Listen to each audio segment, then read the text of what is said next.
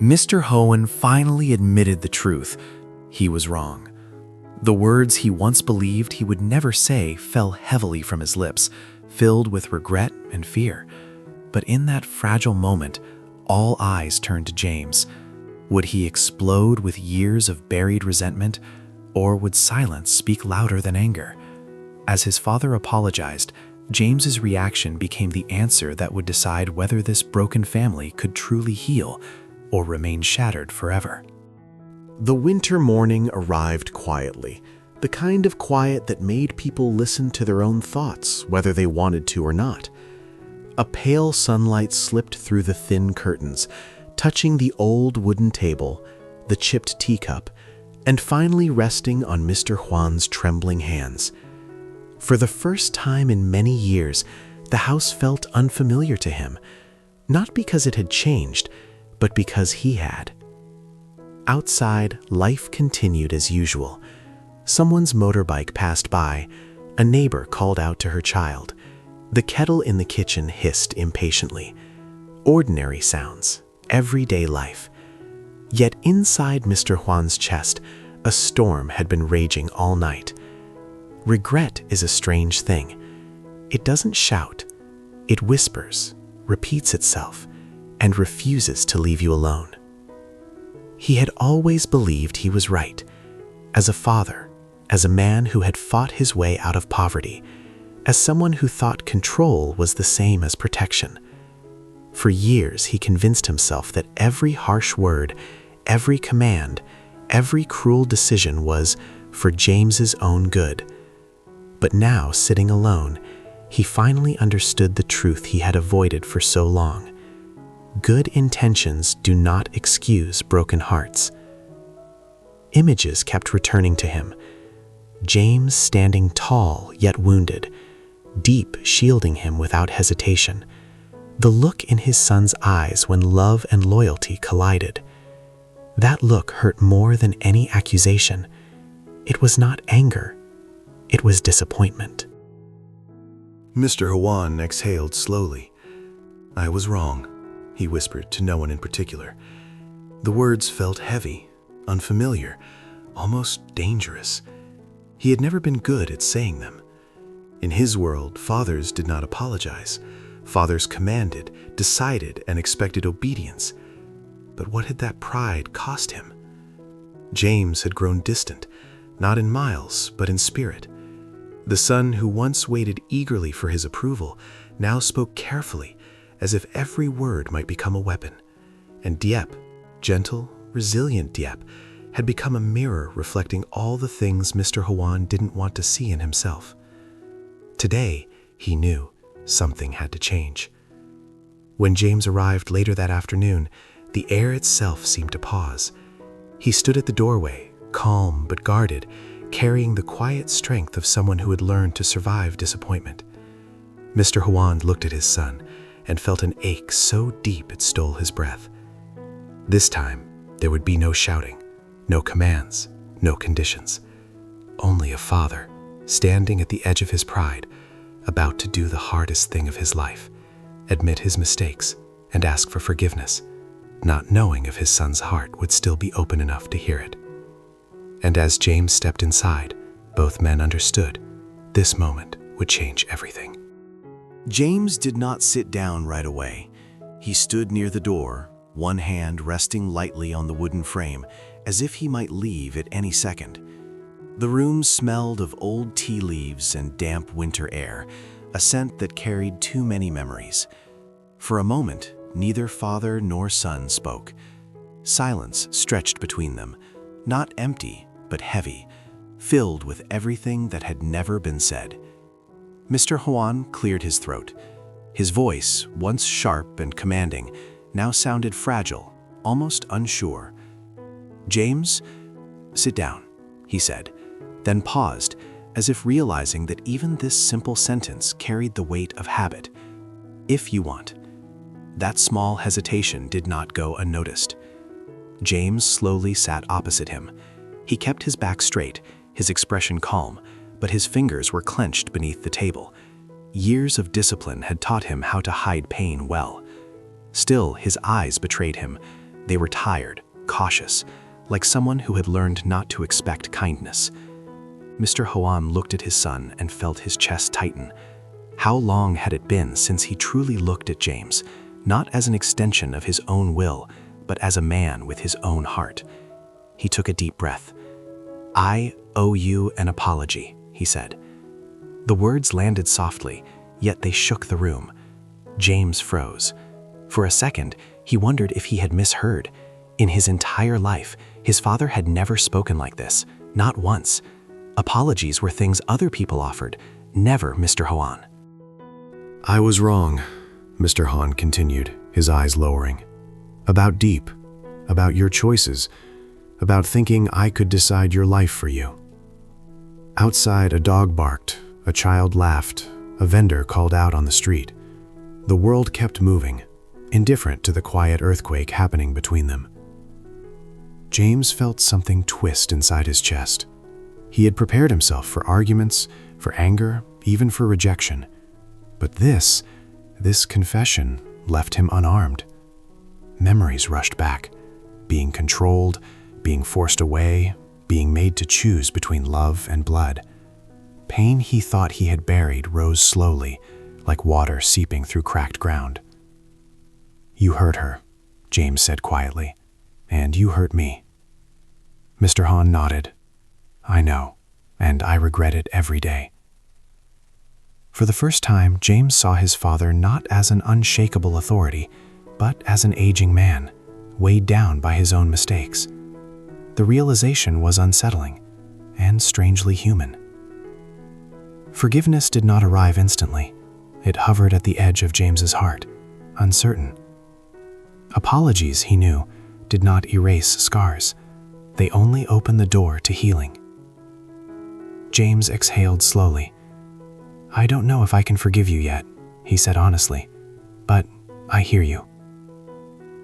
And in that fragile moment, between regret and hope, between past wounds and future possibilities, something shifted. Not everything was fixed, but for the first time, the silence between father and son no longer felt like a wall. It felt like a bridge waiting to be crossed.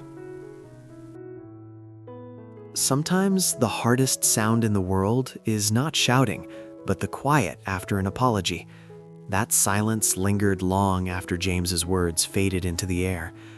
Outside the small house, evening crept in slowly, painting the sky in muted shades of gray and gold. It was the kind of hour when people returned home from work, loosened their collars, and allowed themselves to breathe again. Inside, however, breathing felt difficult. Mr. Hoan folded his hands on the table. His fingers trembled slightly. "I never learned how to be gentle," he said at last. "My own father ruled with fear. I thought strength meant control." He gave a bitter smile. "I was wrong." James listened, his heart rising and sinking with each sentence. Part of him wanted to stand up and walk away, to protect the fragile peace he had built with Dieppe and little Nee. Another part, the boy who once waited for his father's approval, remained seated, unwilling to abandon this rare moment of honesty. "You know," James said slowly, "for a long time, I thought leaving was my failure." He looked up, meeting his father's eyes. "I thought I wasn't strong enough to stay and fight, but now I realize walking away was the only way I could survive." Those words struck Mr. Hoan harder than any accusation. He nodded, swallowing. "I see that now, and I am ashamed."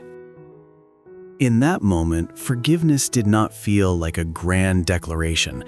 It felt heavy, complex, and uncertain, like carrying a fragile bowl filled to the brim. One careless move and it could all spill over. James understood that forgiving his father did not mean forgetting the past. It meant choosing not to let that past define his future. He thought of Dieppe, of her quiet resilience, of the way she endured without bitterness. He thought of Nee, learning her alphabet at the small table, laughing at simple joys. Life, he realized, was not about winning battles. It was about protecting what mattered. "I won't promise forgiveness today," James said softly, "but I won't shut the door either." Mr. Hoan's eyes glistened. He stood up slowly, as if afraid the moment might break.